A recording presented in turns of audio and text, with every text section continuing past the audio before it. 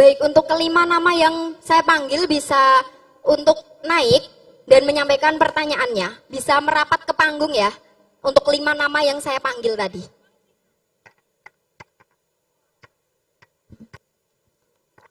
Ya, sebelumnya, perkenalkan nama saya Muhammad Dias Fatur Rahman dari Universitas Muhammadiyah Semarang.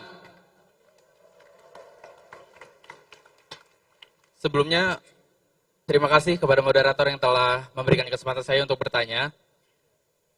Seperti yang tadi Profesor Zainal bilang tentang mengenai Indonesia Emas seperti itu. Di tahun 2045 ada yang namanya Indonesia Maju, Indonesia Emas, tapi masih terdapat 3 permasalahan yang masih ada sampai saat ini. Yang saya garis bawahi terutama tentang pendidikan. Permasalahan dalam pendidikan di Indonesia tertinggal 128 tahun dan berada di tingkat 72 dari 77 di tahun 2020. Dan di tahun 2022 itu naik sekitar 5 sampai 6. Dan juga masih kekurangan 1,3 juta guru di Indonesia dan juga masih ditemukan ketidaksetaraannya pendidikan. Seperti itu, Pak. Intinya, dengan waktu kurang lebih 20 tahun, apakah Indonesia mampu mencapai Indonesia Emas dengan permasalahan tersebut, Bapak? Seperti judul pada hari ini, diskusi kalibrasi mengupas pikiran Capres dan Cawapres RI 2024, saya meminta sudut pandang dari Capres itu sendiri, seperti itu.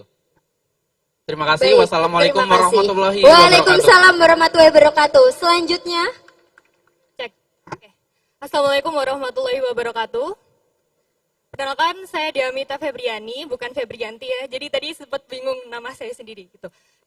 Untuk pertanyaan sendiri lebih kepada program, salah satu program yaitu BBM gratis atau bersubsidi ya. Dan dikhususkan kepada Bapak Cak Imin, ya begitu. Mohon maaf. Cak Imin. Ya.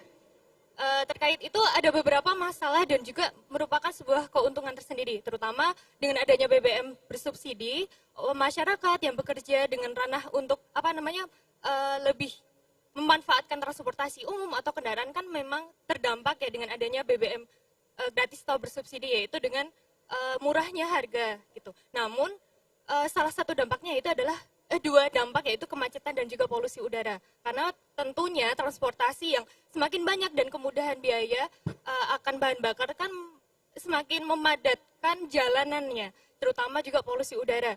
Terutama kemarin pas saat kemarau panjang, kemarau kering itu kan sangat berdampak sekali polusi udara gitu. Nah, dengan adanya hal seperti itu, bagaimana sih menyeimbangkan keduanya? Tetap adanya subsidi, namun lingkungan tetap terjaga, terutama terkait kemacetan.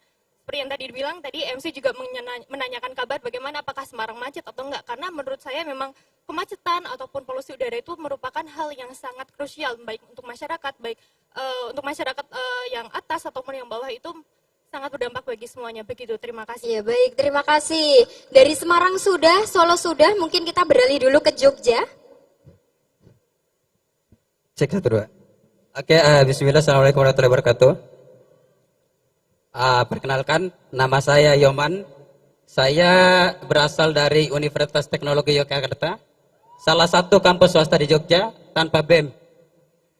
Ya, pertanyaan saya sederhana. Jadi berdasarkan perjanjian Paris, bahwa dunia itu bakal mengurangi emisi karbon, dan salah satu upaya untuk mencapai di sana adalah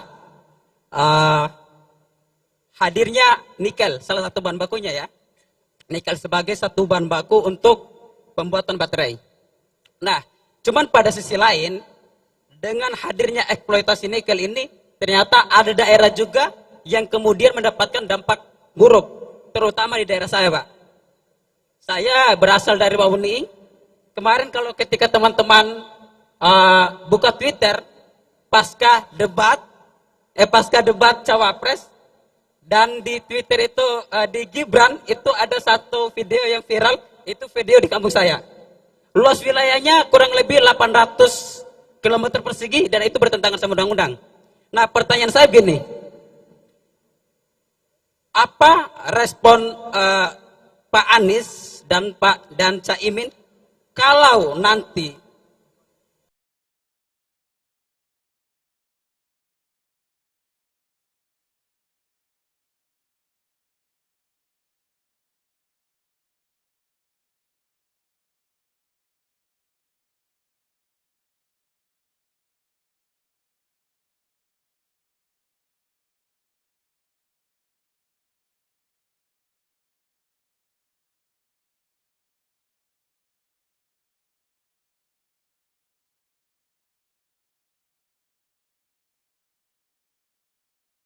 tapi ada daerah yang bakal digusur, yang bakal dihancurkan. Itu responnya bagaimana, Pak? Terima kasih. Baik, terima kasih. Selanjutnya, Perkenalkan, nama saya Zain Reza Faza, asal Universitas Diponegoro Semarang. Saya ingin bertanya tentang pertanian di Indonesia. Mengapa Indonesia yang dikaruniai lahan yang begitu luas dan subur masih harus impor beras, kedelai, dan banyak sumber makanan pokok lainnya? Sedangkan mengapa petani Indonesia masih juga belum sejahtera? Sekian, terima kasih. baik, terima kasih atas semua penanya. Bisa kembali ke tempat, silahkan. Terima kasih atas semuanya. Jadi ini pertanyaannya sangat beragam ya. Baik, kami persilahkan kepada Bapak Anies atau Cak Imin untuk menjawab pertanyaan dari rekan-rekan mahasiswa semuanya.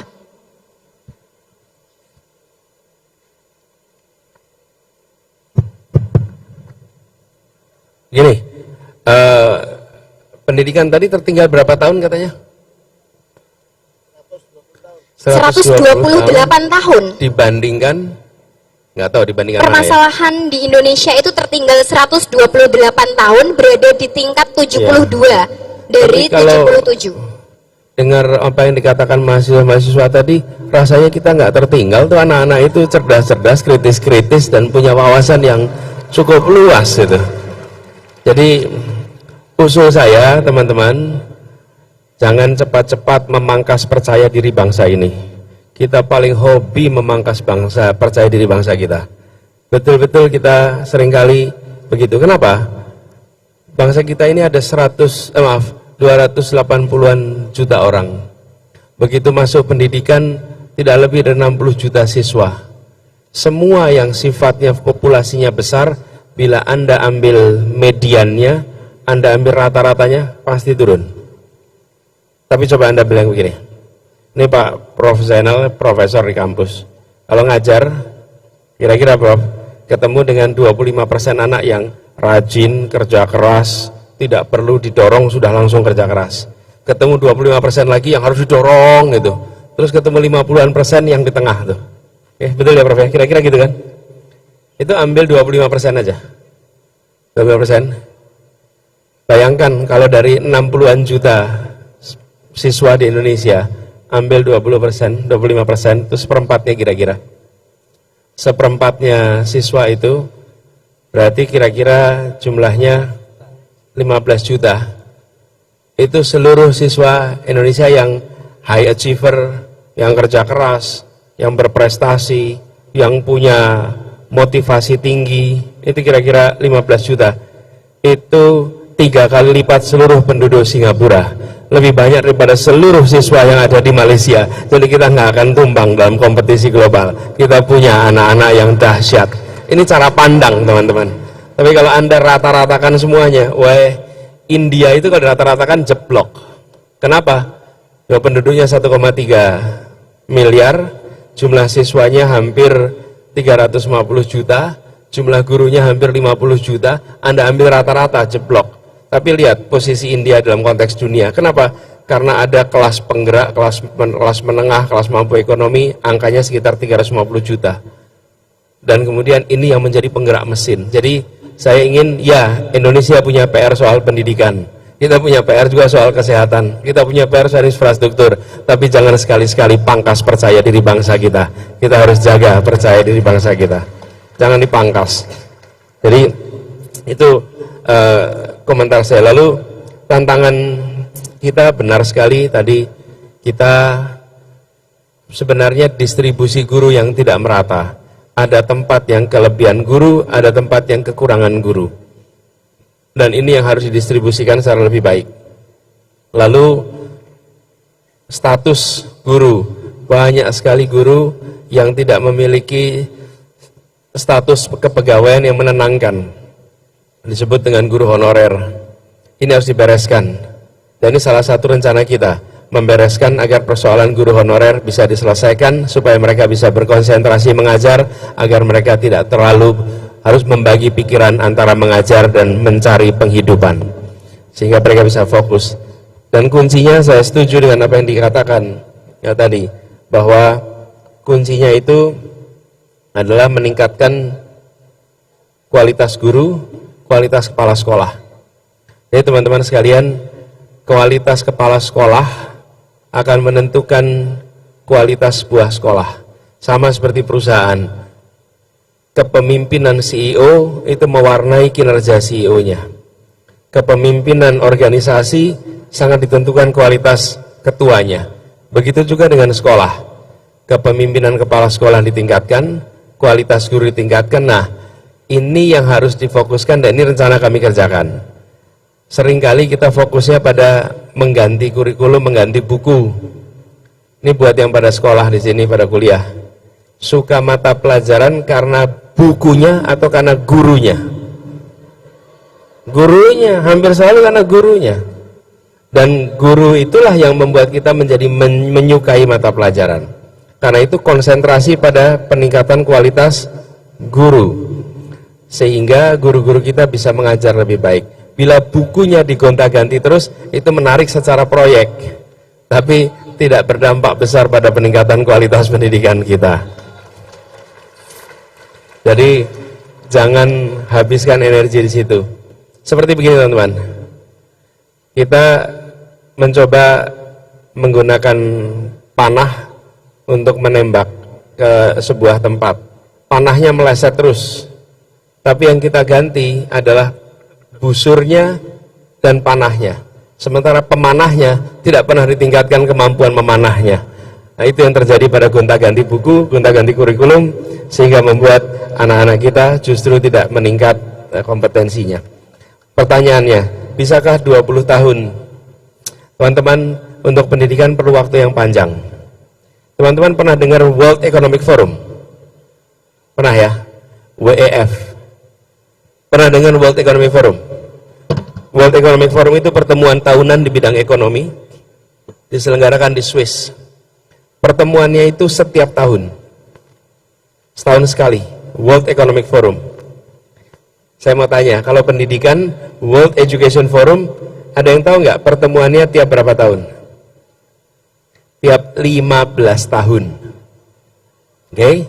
Ketika kita komit mau melakukan sesuatu, sedunia melaksanakan 15 tahun kemudian kita tunggu untuk bertemu lagi. Kalau World Economic Forum ketemu tahun ini, tahun depan ketemu lagi. Kenapa? Karena kebijakan ekonomi bisa dikerjakan sekarang, dampaknya bisa dilihat beberapa bulan ke depan, dalam satu quarter dievaluasi, dalam satu semester dievaluasi, dalam satu tahun dievaluasi, tahun berikutnya bikin langkah-langkah korektif lagi. Tiap tahun bisa. Tapi kalau World Education Forum itu diselenggarakan 15 tahun sekali. Jadi pertemuannya itu tahun 2000, 2015, nanti baru ketemu lagi tahun 2003. Nah, kita bangsa Indonesia itu inginnya kalau bikin kebijakan pendidikan minggu depan kelihatan hasilnya. Kepengen 5 tahun kelihatan hasilnya. Semua yang bergerak di bidang pendidikan tahu persis bahwa melakukan intervensi pendidikan itu perlu waktu yang panjang. Karena itu jangan diotak-atik dan digonta-ganti sepanjang perjalanan. Karena itu yang membuat kebijakan kita tidak akan pernah bisa mencapai yang diinginkan. Izinkan itu jalan konsisten bertahun-tahun. Baru nanti kita, nah jadi sekalian teman-teman, pertanyaan 20 tentu akan perlu waktu lebih panjang. Tapi jangan pernah pesimis.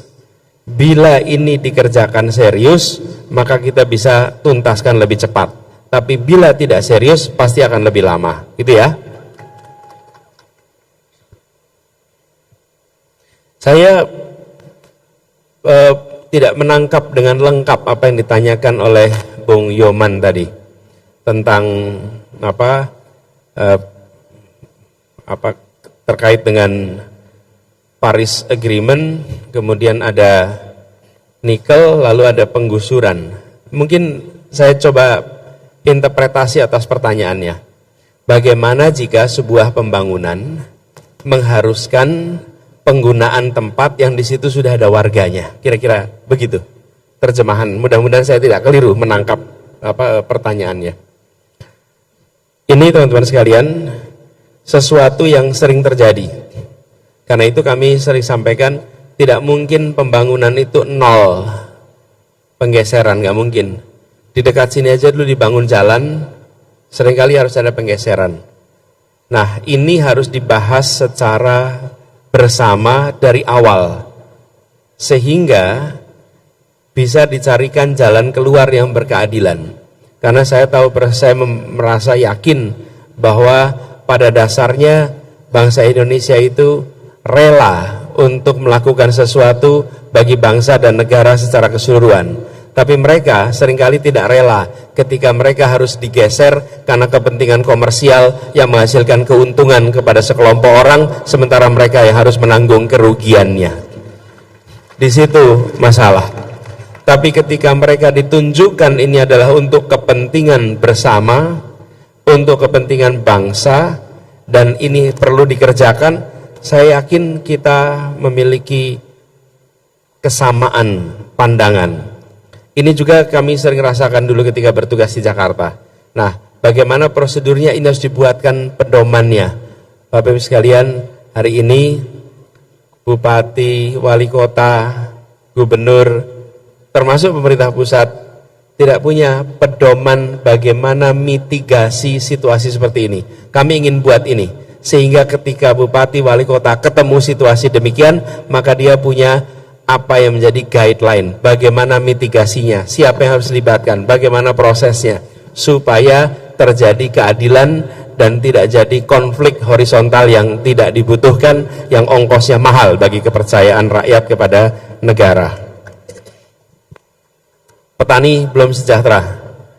Kami membayangkan petani ke depan itu petani yang bisa, atau ginilah kira-kira, teman-teman, kalau program itu besar sekali, harus diterjemahkan jadi ukuran sederhana yang semua orang paham.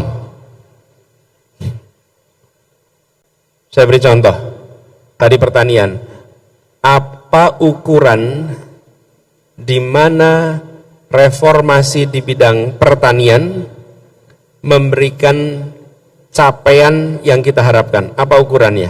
Pertanian itu pertanian dalam artian luas. Apa itu? Satu, pertanian itu sendiri yang kita disebut tani. Yang kedua, perkebunan, peternakan, perikanan, kehutanan. Itu semua lima-limanya itu bagian dari maritim, yang kita istilahkan namanya agromaritim. Ini bagian dari pertanian. Apa indikasi reformasinya berhasil? Petani, pekebun, pekerja di bidang perikanan, peternakan, bisa menabung. Ketika mereka bisa menabung, tata kelolanya berjalan dengan benar. Ketika mereka tidak bisa menabung, apalagi tekor, artinya tata kelolanya tidak berjalan dengan baik. Pakai indikator itu. Selama petani belum bisa menabung, artinya tata niaganya belum sehat. Dan ini adalah PR terbesar. Kita memikirkan keinginan untuk ketahanan pangan, bahkan kedaulatan pangan, tapi kita melewatkan tentang kesejahteraan orang yang bekerja di bidang agromaritim. Kami ingin orang-orang yang bekerja di agromaritim bisa merasakan kesejahteraan sebagaimana orang-orang yang bekerja di sektor manufaktur, bekerja di sektor industri lain. Karena ini harus terjadi. Bila di perindustrian buruh itu ada UMP, ada UMK, tapi untuk petani itu seperti nggak ada standar sama sekali. Dan apa yang dikerjakan kita selama ini? Karena Anda masih belum makmur, kami kasih bansos. Tapi tidak diperbaiki tata niaganya. Padahal dia berada di sektor yang dibutuhkan oleh setiap masa selama masih ada umat manusia. Namanya sektor pangan. Sektor pangan itu sampai kapanpun selama masih ada manusia itu dibutuhkan. Bagaimana mungkin berada di sektor pangan tapi justru mereka tidak bisa merasakan manfaat dari sektor ini? Ini harus direform, ini tidak boleh diteruskan, ini harus diubah. Dan untuk bisa mengubah, kasih indikator sederhana. Semua yang berada di sektor agromaritim bisa menabung. Nah itu. Selama mereka belum bisa menabung, berarti kita belum sampai. Kita belum sampai. Itu kira-kira. Begitu ya, barangkali bagian saya. Monggo, Gus, silakan. Terima kasih. Ada satu pertanyaan yang untuk saya khusus, yaitu subsidi BBM. Begini, subsidi itu sebetulnya kalau bahasa yang umum bisa dibagi dua. Yang bersifat KL atau yang bersifat ikan. Yang bersifat ikan itu yang paling populer di bawah itu bansos, seperti yang dijelaskan Mas Anies tadi. Tapi ada yang agak krusial memang, dari dulu menyangkut subsidi BBM. Setelah kita pelajari dengan sungguh-sungguh BBM, terutama solar, ini yang, atau BBM pada umumnya, yang paling problematik selama puluhan tahun adalah seringkali subsidi BBM tidak tepat sasaran. Subsidi BBM untuk nelayan misalnya. Nelayan miskin yang jumlahnya sangat besar tidak bisa mengakses laut karena tidak juga bisa mendapatkan BBM. Ini yang menjadi prioritas subsidi BBM dalam bentuk solar. Yang kedua, para pencari kerja atau orang-orang yang tidak memiliki kemampuan akses bekerja butuh yang namanya public transportation. Ini pun harus dipilah-pilah. Nah, pertanyaan yang sangat strategis tadi berbunyi, nanti kalau BBM disubsidi semua aspek, termasuk transportasi umum, kemudian kendaraan-kendaraan pribadi, problemnya adalah polusi.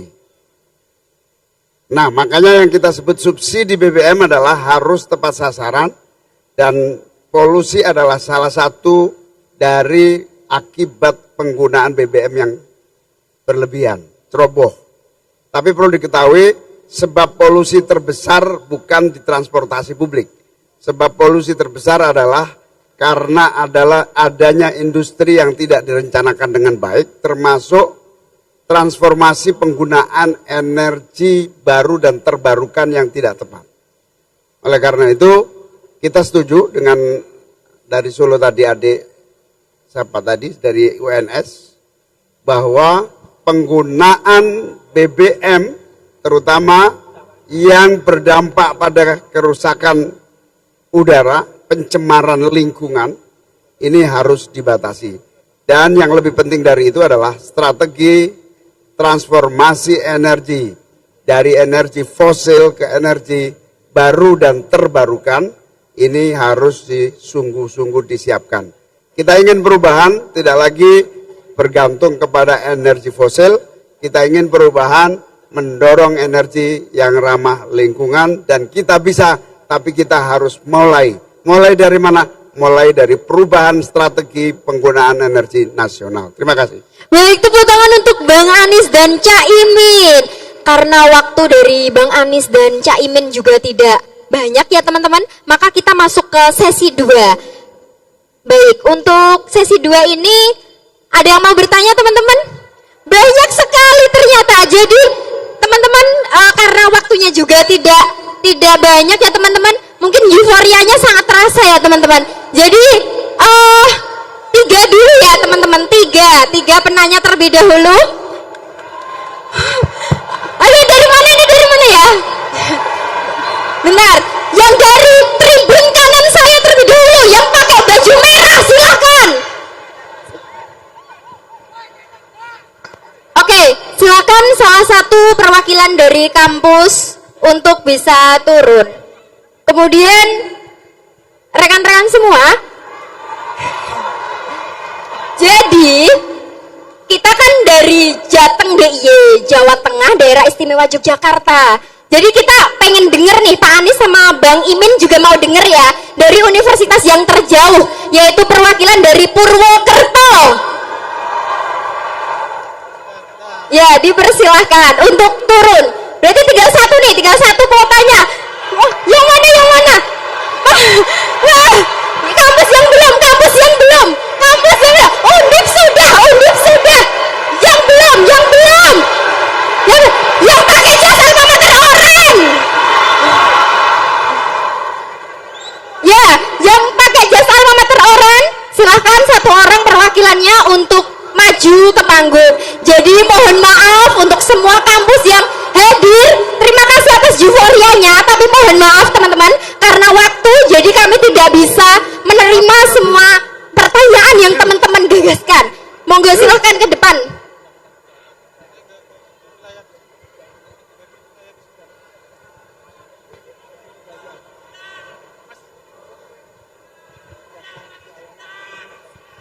Tes.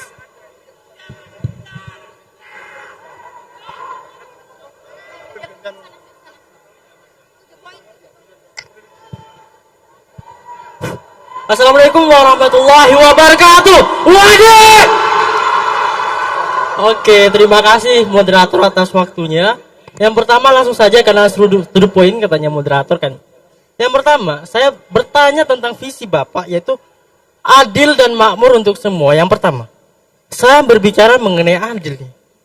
Saya langsung bertanya kepada Pak Anies, yang dimaksud apa yang jadi standar Pak Anies tentang adil gitu.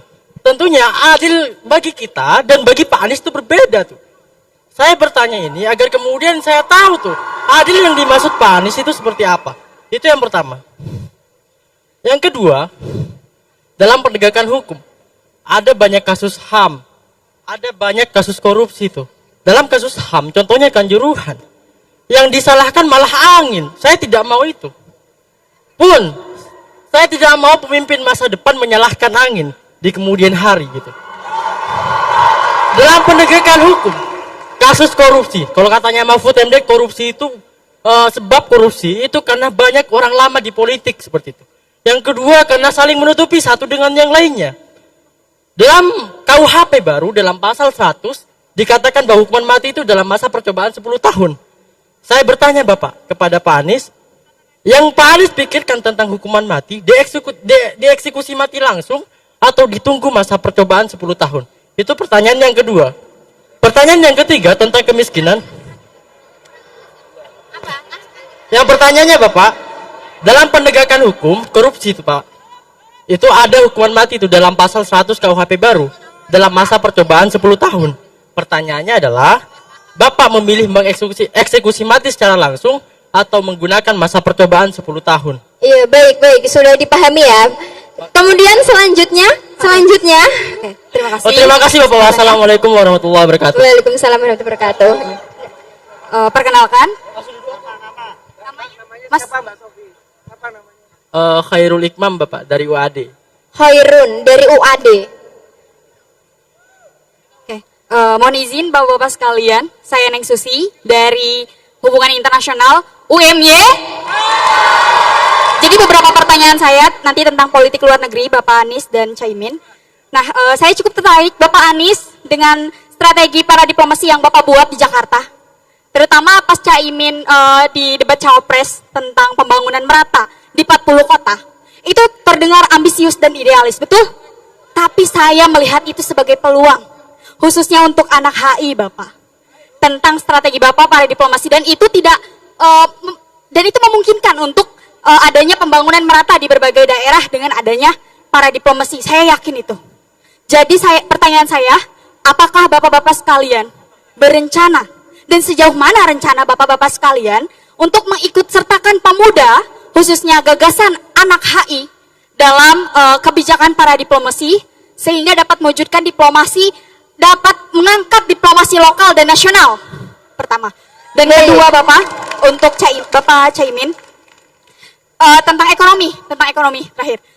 Caimin, bagaimana cara menaikkan langsung satu aja satu Mbak? aja? Iya, mohon maaf, langsung dilanjut Semoga aja. ada kesempatan Iya. lagi.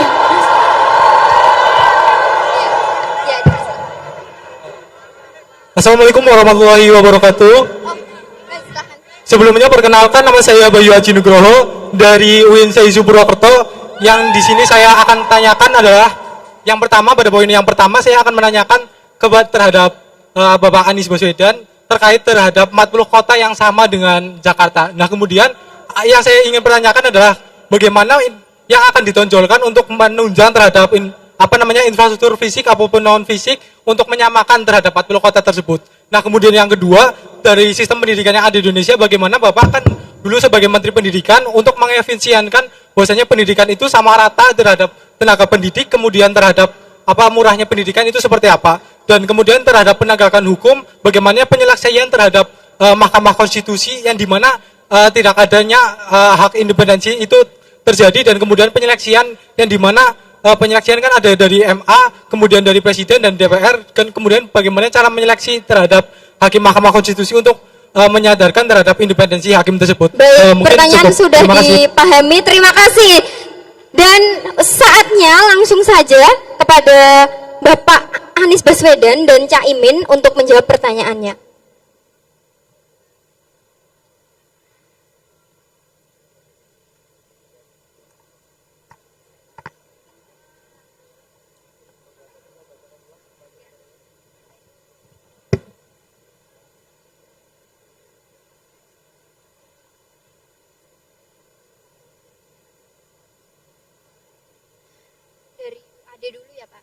Dari UAD, apa yang dimaksud dengan adil dan makmur dalam menegakkan hukum? Kan ada kasus HAM, dalam menegakkan hukum ada hukum mati, lebih memilih mengeksekusi secara langsung atau dihukum 10 tahun, Bapak?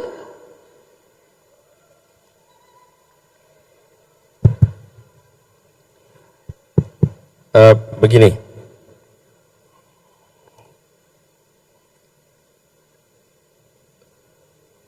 pertama soal ketika bicara tentang adil dan rasa keadilan. Adil itu bisa abstrak, rasa keadilan itu nyata. Dan ketika kita melihat Indonesia secara keseluruhan, maka kita bisa menyaksikan bahwa ada ketimpangan yang luar biasa di dalam pembangunan. Indeks pembangunan manusia yang tadi disampaikan Prof. Zainal, Jawa itu lebih maju 10 tahun dibandingkan Kalimantan, Sulawesi, Nusa Tenggara, Papua. Jadi angkanya selisih 5 poin. Di Jawa hari ini 74, di Sulawesi 69. Kalau dilihat angkanya hanya 5, tapi angka 69 itu adalah angka di Jawa 10 tahun yang lalu. Jadi bukan 5 poin selisihnya, 10 tahun selisihnya. Dan bila itu kita biarkan, nanti gapnya akan makin luas terus. Kita bisa mengatakan di situ ada ketidakadilan. Karena itu kita harus membangun kesetaraan. Saya tadi coba buka file, apakah operator bisa menayangkannya? Oh, bukan yang ini. Bukan yang ini, yang slide yang berikutnya dulu. Anda buka slide-nya. Slide yang kedua, yang Indonesia Adil Makmur untuk semua. Judulnya itu. Buka di slide nomor 4. Saya ingin menggambarkan ketimpangan yang senyatanya terjadi. Jadi ketika kami bicara tentang keadilan, kami coba terjemahkan dalam kesetaraan kesempatan yang diberikan kepada semua. Dengan ada kesetaraan kesempatan, maka insya Allah kita bisa mengejar kemajuan. Lalu tadi soal hukuman, sambil menunggu saya ingin sampaikan soal hukuman. Kalau saya berpandangan koruptor itu dimiskinkan, dirampas seluruh asetnya. Dan menurut saya bukan hukuman mati pada fase ini. Kenapa? Karena dalam hemat kami sistem hukum kita belum sempurna. Ada ruang kekeliruan, dan kalau ruang kekeliruan itu terjadi, kita tidak bisa mengoreksinya, karena yang sudah dihukum tidak bisa dikembalikan. Bila Anda temukan 5 tahun, 10 tahun yang berikutnya, ternyata ditemukan fakta-fakta baru, Anda nggak bisa mengembalikan itu. Jadi kami merasa dimiskinkan itulah solusi yang paling tepat untuk koruptor. Karena kalau tidak, koruptor akan terus jalan leluasa melenggang. Slide berikutnya, slide 4. Slide 4. Benar, next-nya. Yang tadi. Next. Slide berikutnya. Ini slide 3. Teman-teman, perekonomian kita, PDRB-nya Anda bisa lihat di situ. Yang namanya Jakarta, Jawa itu luar biasa besar, 1.900 triliun. Bandung 211 triliun. Tapi begitu sampai ke Sorong 13. Jayapura 24. Apa artinya ini? Artinya kita punya ketimpangan yang luar biasa. Ini belum kalau dimasukkan data pembangunan kualitas manusia. Ya. Kemudian sekarang Anda ganti ke PowerPoint yang pertama. Saya ingin tunjukkan tentang pembangunan 40 kota yang kemarin disampaikan oleh Gus Imin dalam debat. Yang kita ingin lakukan adalah dengan gambaran itu, kemajuan itu didorong bukan dengan membangun kota baru, tapi dengan memajukan 40 kota yang sekarang sudah ada, dinaik kelaskan sehingga mereka menjadi penggerak perekonomian di seluruh wilayah Indonesia. Jadi bukan membangun dari nol kotanya. Semarang didorong maju, kemudian Purwokerto didorong maju, Cilacap didorong maju, supaya mereka menggerakkan perekonomian yang ada di sekitarnya. Tapi bila kita tidak mendorong 40 kota ini, nah ini dia nih, ini contoh nih. Jadi 40 kota ini sebagai persatuan, ini bukan kota-kota yang nol. Lain dengan membuat IKN itu lahan kosong dibangun kota. Kalau ini kota yang didorong kemajuannya. Jadi yang disampaikan Gus Imin itu ada dasarnya. Ini loh dasarnya nih. Dengan demikian, kota-kota ini akan menjadi penggerak perekonomian di wilayahnya. Selama kita tidak mendorong kemajuan itu lewat kota-kota, kita tidak menggerakkan. Semua hasil pertanian diserap oleh kawasan urban. Hari ini 57% penduduk Indonesia tinggal di perkotaan. Di tahun 2050, 75% penduduk Indonesia tinggal di perkotaan.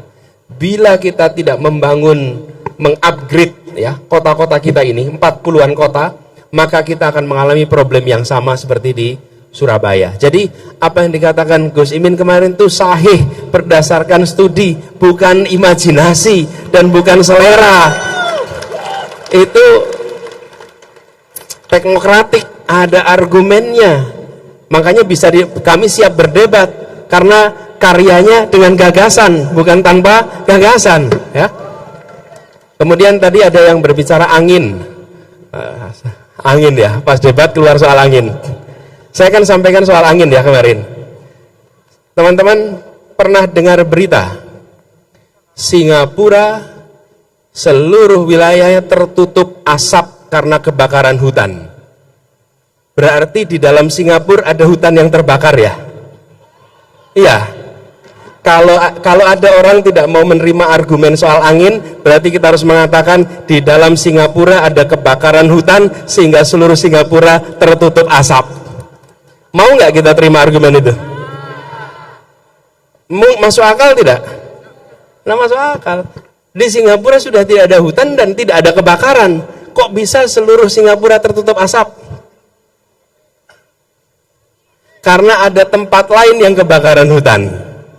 Terus asapnya kemana?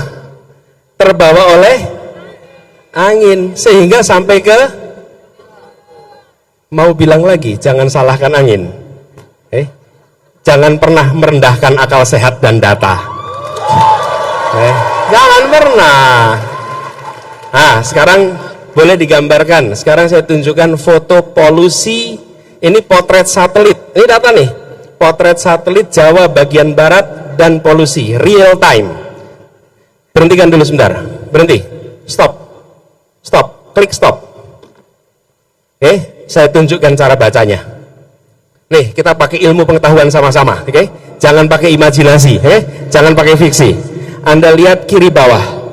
Kiri bawah itu tanggal jam real time. Kemudian di sini adalah peta Jawa termasuk Semarang.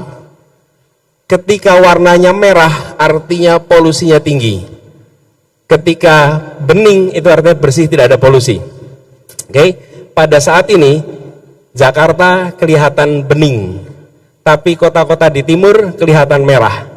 Sekarang foto satelit ini tiap jam dilakukan terus-menerus sampai tergambar pergerakannya.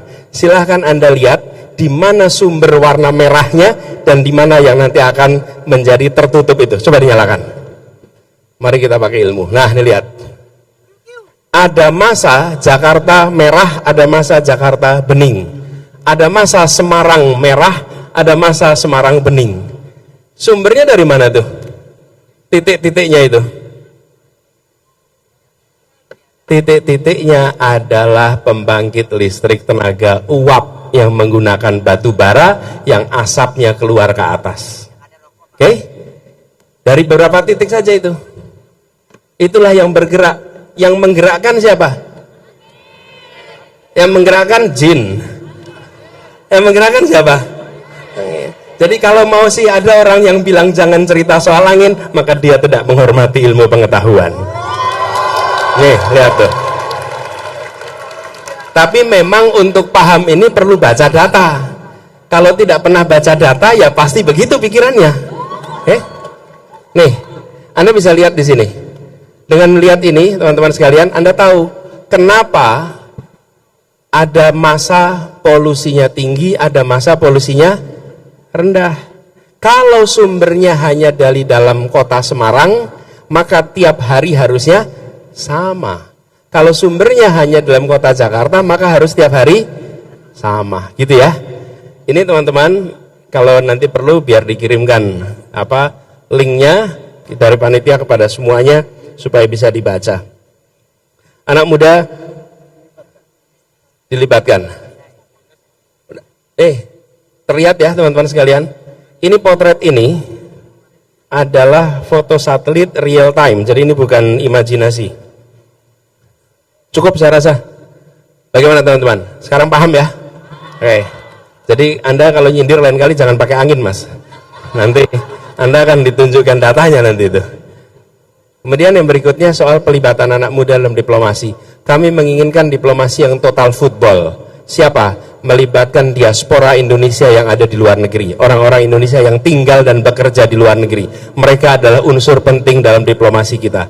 Yang kedua, melibatkan generasi muda yang memiliki ide, gagasan, dan bisa menjadi pembawa pesan kepada dunia. Yang ketiga, melibatkan civil society khususnya bidang kebudayaan supaya Indonesia yang kaya kebudayaan ini bisa memiliki pusat-pusat kebudayaan Indonesia di berbagai kota di seluruh dunia, agar Indonesia hadir di kota-kota besar di dunia dengan pusat-pusat kebudayaan yang kita luar biasa kuat. Yang ketiga, unsur bisnis, sehingga aktivitas diplomasi kemudian ditopang dengan aktivitas bisnis. Jadi ruangnya terbuka sekali dan kita ingin bersama-sama anak muda yang punya banyak ide. Mungkin itu ya yang menurut saya. Silakan. Baik, terima kasih. Berikutnya. Tepuk tangan untuk Bang